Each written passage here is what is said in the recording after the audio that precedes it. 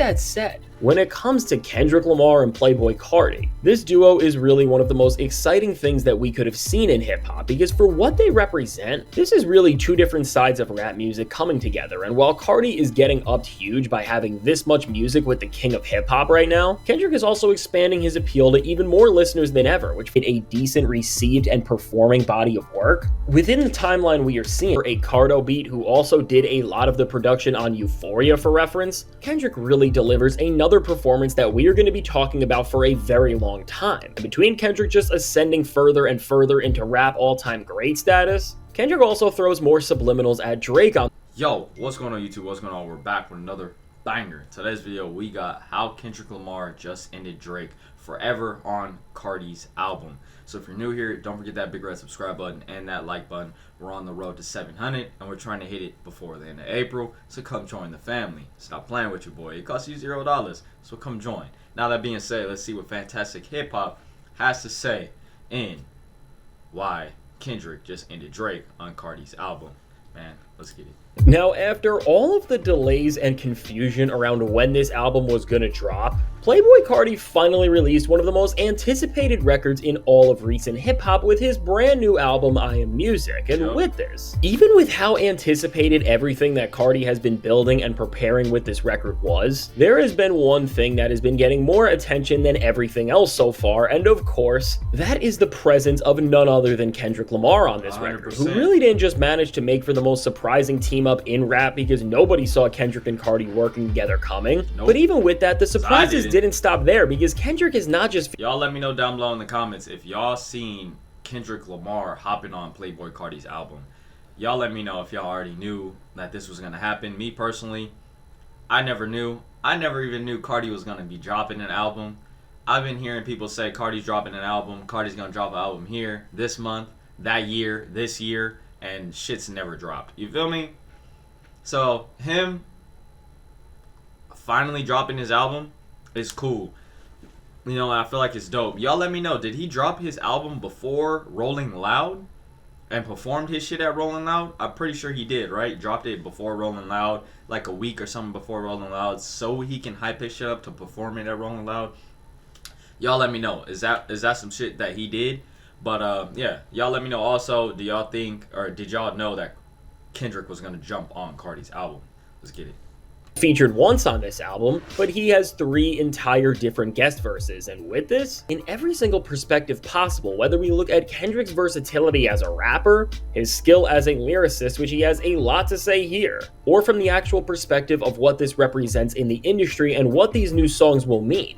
Overall, Kendrick Lamar has managed to continue to cement himself as one of the most valuable faces of not just hip-hop, but the music industry ever. And at the same time as as Drake has been trying to work songs like his track Nokia to climb up the charts, Kendrick adding even more songs to his name that are going to end up taking the same spots that Drake has been trying to get, are going to for sure end any chance that Drake ever had of making a comeback with these songs. And now, before we go any further into all of this, be sure to leave a like and subscribe. And now, as there is so much that needs to be talked about with this new Carti record, really make sure to like and subscribe as we uncover just how important this album really is. And so with that said, when it comes to Kendrick Lamar and Playboii Carti, this duo is really one of the most exciting things that we could have seen in hip-hop, because for what they represent, this is really two different sides of rap music coming together. And while Carti is getting upped huge by having this much music with the king of hip-hop right now, Kendrick is also expanding his appeal to even more listeners than ever, which for the title Kendrick is now holding, this is only going to make sure that it's going to last longer and longer. And now, before we get into any of... I mean, as long as Kendrick keeps dropping the music he's dropping,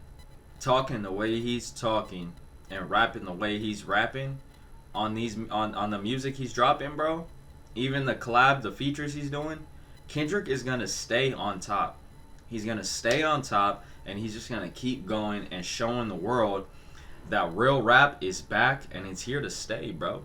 You feel me? We've been shown so much mumble rap for the past 2 to 3 years that Kendrick got tired of that shit. That's what it looked like to me. He got tired of that shit, and he was just waiting for somebody to start dissing him. And once he dissed him, nigga, it was up and it was stuck. You feel me? This nigga is just there, and now he's talking his shit. He feel like he's that nigga. You feel me? Like, you can't even be mad. He He's talking his shit on every song. The numbers are his proof, my nigga. You feel me? He's number one in almost everything he's doing. Gang. I mean, the proof's only in pudding. He's making good music. This is what happens when you make good music. The world will rock with you. You feel me? The Kendrick and Cardi tracks and what they all represent and what Kendrick is trying to tell us here. Just from the songs actually coming out, Kendrick is showing us that his moves are only getting more calculated in this era, because even with the release of this album and therefore these three new tracks, with this coming out exactly a month after Drake dropped SSS for You, and really that record already having to compete with the Super Bowl and all of the hype from that after it dropped, now as it's trying to find support and work songs like Nokia to salvage it and make it a decent received and performing body of work, within the timeline we are seeing, it's not just going to go against Cardi and his new solo songs, but now it also has to compete against 3 new tracks from Kendrick Lamar, and it will for sure lose. Because again, from every perspective possibly out there, Kendrick Lamar has managed. I don't know why Drake is still dropping music, bro. My nigga, stop it, bro. Stop. Cardi is outperforming you. Kendrick's been outperforming you. You got other woman artists like Doce, you feel me, outperforming you. My nigga, it is time to take that break. I be telling y'all every video, bro, every video. It is time for time for Drake to take that break, bro, and go ghost for a little bit. Or at least, my nigga, hop on somebody's album that everybody's waiting for, everybody wants. You see Kendrick Lamar hopped on Cardi's album. Why? It was also a smart play by him, because everybody's been wanting Cardi's album. So when they seen that nigga drop, and then they looked through the album list, it said, oh shit, nigga, Kendrick Lamar's on there. Nigga, it went up. You feel me? It was a smart play by both of them. You got Cardi's album that everybody wanted, so much hype's around.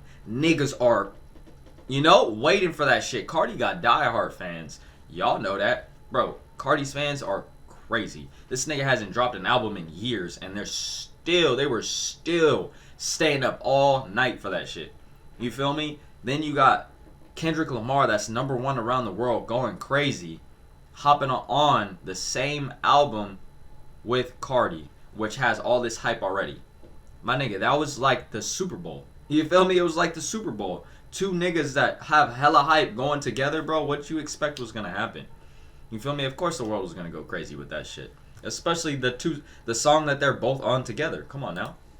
To deliver 3 dynamic songs here that all serve completely different purposes. And that means whether it's on the rap, melodic, or just general charts. Kendrick has even more music to add to his already dominating catalog, and this is what we are bound to see. Because before we even get into the more lyrical performances where Kendrick Lamar delivered his most pivotal verse since GNX, we need to discuss how the song Backdoor is joining another Kendrick song like Luther as a smooth melodic cut that plays on rhythmic and pop charts as well as rap, and because of everything it can accomplish, manages to do the whole R&B thing that Drake was trying to secure easy wins with on SSS for You way better than any song on there does. Damn. And I mean, with this cut, which from the sample to the vocals to Cardi and Kendrick's performances, which show how dynamic they have become as vocalists, and for Kendrick has shown how good he has become at writing and performing in all different types of musical tracks. This is really just a record that is going to stick around for a while and create a lot of problems for every other artist. But ultimately, who of course cares about the charts this much, and whose album this is going to ruin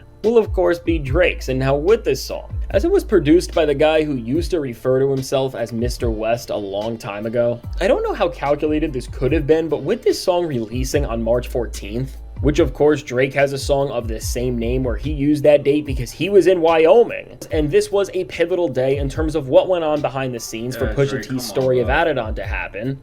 Here's the shocking part. They didn't win the lottery, they didn't inherit a dime, and they never dealt with shady. Altogether, while I don't know how thought out this really could have been on Kendrick's end, I do think it's definitely worth mentioning. And really, in this time where Kendrick has been quietly letting Drake know that he is not getting his spot back no matter what, this very well could be a subtle message that was supposed to be sent to him. I really don't see Drake getting his #1 spot back this year unless Drake goes back on his old tip.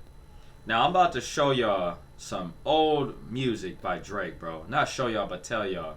And y'all can let me know down below in the comments if y'all feel like Drake if he goes back to making this old music, I feel like he'll be up again, bro. My nigga. If Drake goes back to making songs like Deep Pockets, Chicago Freestyle, you feel me? Fucking Pain 1993, you feel me? Let's see. I could just keep going. Fucking Jiminy Crooks featuring 21 Savage. Let's see. Shit. Over My Dead Body. You feel me? My nigga. Hype. You feel me? Let's see. We can 0 to 100. Y'all feel me? Like, my nigga. 2C Slide. You feel me? Drake needs to go back to that type of shit. You feel me? Like I said, I'm a Drake fan and a Kendrick fan too, my nigga. You feel me? But Drake, right now. Drake! You feel me? My nigga, chill. Take that break, my nigga. Or come back like the songs I just said, bro. Because those were bangers, my nigga. Those were bangers. I'm still listening to those music. Those musics? What the fuck? That music that you made back in the day, gang. This new shit that you're trying to do go against Kendrick, my nigga, it already ain't working. You already lost. My nigga, go back to your roots. Go back to your roots. Cause those were hits. My nigga, those were hits. You feel me? That's when nigga was actually enjoying the music. This shit right here that you doing ain't it, champ. My nigga, it's either time to take a break or go back to them roots and really make some hits. You feel me? Cause if he make music like he did, like the songs I just named, back then, gang, back then, that when we were all listening to Drake, you feel me? If you never say you never listened to a Drake song, you a damn lie, my nigga, cause he got some hits. Don't be that nigga. Don't be that nigga. You feel me? Cause Drake do got some hits. You feel me? You cannot lie, gang. I just named a couple for you. If that nigga goes back to those songs, I guarantee you, this nigga would skyrocket back up this year, bro. Because that's the type of music that everyone likes. Me and my homie was just talking about that shit. Like, damn, Drake used to make some good ass music back in the day. Now this type of hype shit he's trying to go on, bro, it's just not it for him. It's not it. My nigga, stop it. You feel me? Let's get back into it. Just in order to let Drake know that it's on and it will be over for him no matter what he tries to do and how he tries to pivot at this point. I'm a fan. And now beyond having a new record that is going to maybe even go #1 on the charts because it is that appealing to everybody, there's 2 other Kendrick Lamar songs on this record, and I think the best and most important one has to be the track Good Credit, which really, this song is the type of track that when you think of what this duo would be able to achieve, it just uses the best of their abilities, as it's a much darker song. And I mean, as Kendrick says on the track himself, Carti is his evil twin, and as Kendrick also says things like, you know what it is, it's the vamps and the boogies. It really tells you both the type of vibe and message Kendrick wants to send here, and also how much he's believing and supporting Playboii Carti. And now with this verse, which is over a Cardo beat who also did a lot of the production on Euphoria for reference, Kendrick really delivers another performance that we are going to be talking about for a very long time. And between Kendrick just ascending further and further into rap all-time great status, Kendrick also throws more subliminals at Drake on this track, and again, since Drake is still doing the most petty things that disrespect what hip-hop stands for as a whole, it's really all deserved on Drake's end, and I think it's actually good for the betterment of the genre that somebody is calling him out. And now Kendrick has a lot of references here, which show just how tapped in he is to every single thing going on in hip-hop. As for example, with a bar like, I would have said you too, but you knew what the list was for. What Kendrick seems to be referencing here is the Drake and 50 Cent co-signed Drake beef list, which has the running names of everyone who Team Drake has problems with, and overall with Kendrick that shit said #1, Joe Budden. My nigga, if y'all are still beefing with Joe Budden's old ass, if y'all don't leave that old nigga alone, that nigga about to hit 60, gang. Leave that old nigga alone. He about to be walking on a cane soon. Bro, y'all leave that old nigga alone. Stop beefing with him. You feel me? He just saying y'all name because Grandpa is mad. You feel me? He trying to make a little extra money. You feel me? Leave that old nigga alone, bro.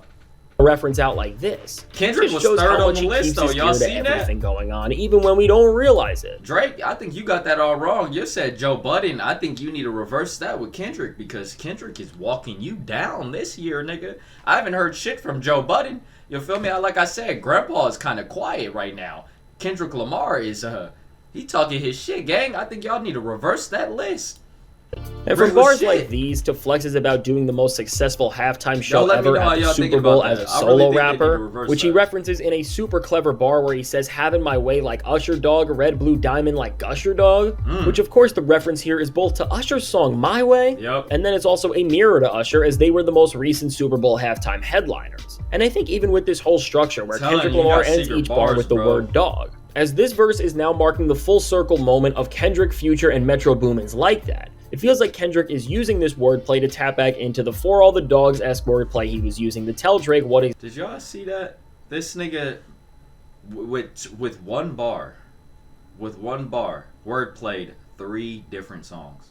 And, 4 different people?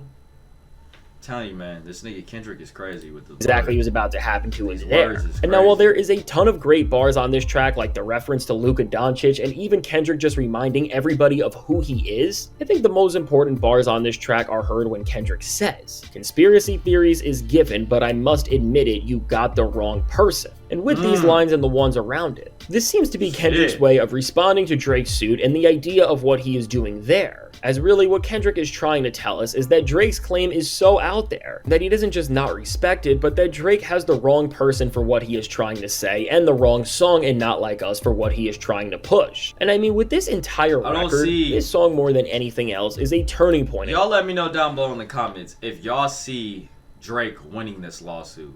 Me personally, I do not see Drake winning this lawsuit whatsoever.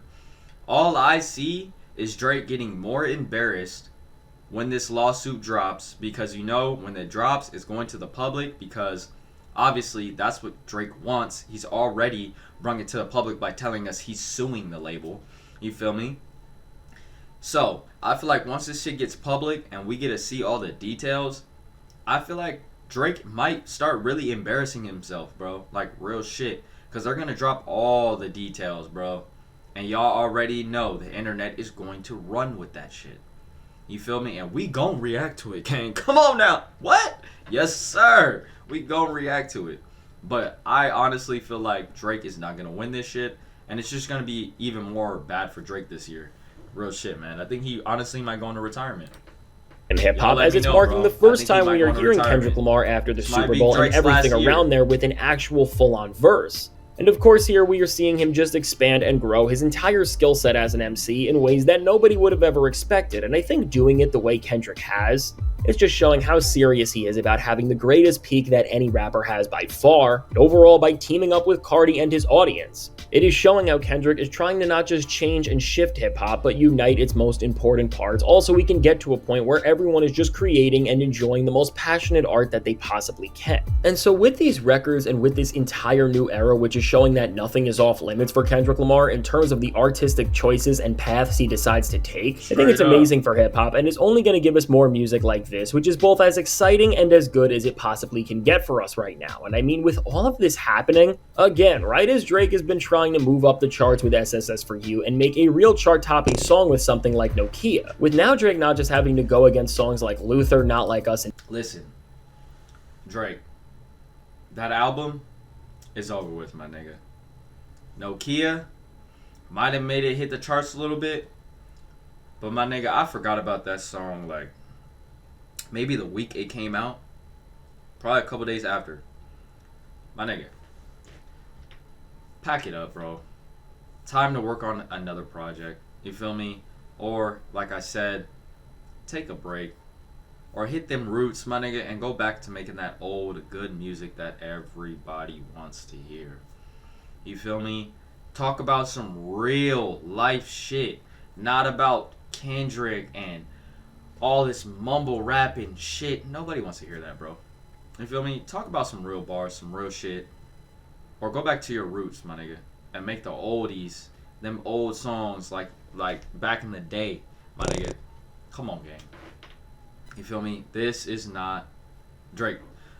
This ain't you, gang. You feel me? This is not you. You are literally crashing out. When they say YNs, they say young niggas. My nigga, you're like 30. You are literally being a full-blown YN right now. This nigga is full-blown crashing out. Like, crashing out, gang.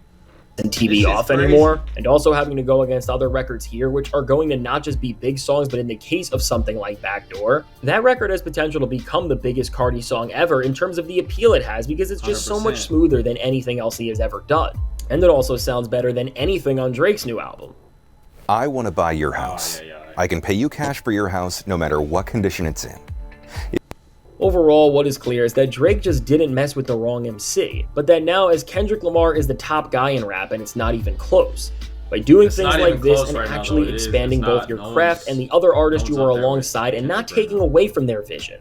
And just in terms of actually doing collaborations right and adding to the artist's vision and not taking from it. This is what the track Mojo Jojo really is for Kendrick and Carti, because while Kendrick is able to just play in the background with ad-libs and vocals that overall add to the type of atmosphere Carti is trying to create, and overall, by doing this, Kendrick allows who he is working with to have their moment without taking away from it, like Drake loved to do when he was on big features all of the time. Which again, with Kendrick doing something like this, it's just so clear that he understands his place with this all. And really with this, while I don't think this record is gonna go #1 or be a genre shifter like the other collabs, it's a super engaging and fun song that almost feels like Kendrick and Carti's version of the Hillbillies to an extent, and I mean that in the best way possible. And so with all of this is how you do collaborations the right way, and if Kendrick Lamar keeps this up, it's gonna be a long time until anyone even gets close to Kendrick Lamar's #1 spot in the entire music industry. That's what I'm saying. I don't see nobody, I mean nobody, touching Kendrick right now. Nobody, bro. There's nobody that has the fame, not the fame, but what's the word I'm trying to put? The hype around them right now. You feel me? No one has, let's see, the bars that the way this nigga's coming, bro, at his music, no one's doing it. You feel me? Just no one has the hype like Kendrick. So I don't see this nigga falling off or that #1 spot dropping from him anytime soon, unless this nigga really makes some ass music. You feel me? And my nigga, do you think that's about to happen? No, champ. You feel me? Hit that big red subscribe button and that like button, and I catch you on the next motherfucking banger. Don't forget that, hit that like and subscribe button. I said it again, nigga, because we trying to hit 600, nigga. Join that channel, you feel me? Nah, but for real though, I'll catch y'all tomorrow. I hope y'all had a great day. Hope everything's been good for y'all. And hope y'all stay consistent in everything y'all do, man. I'll catch y'all on the next one.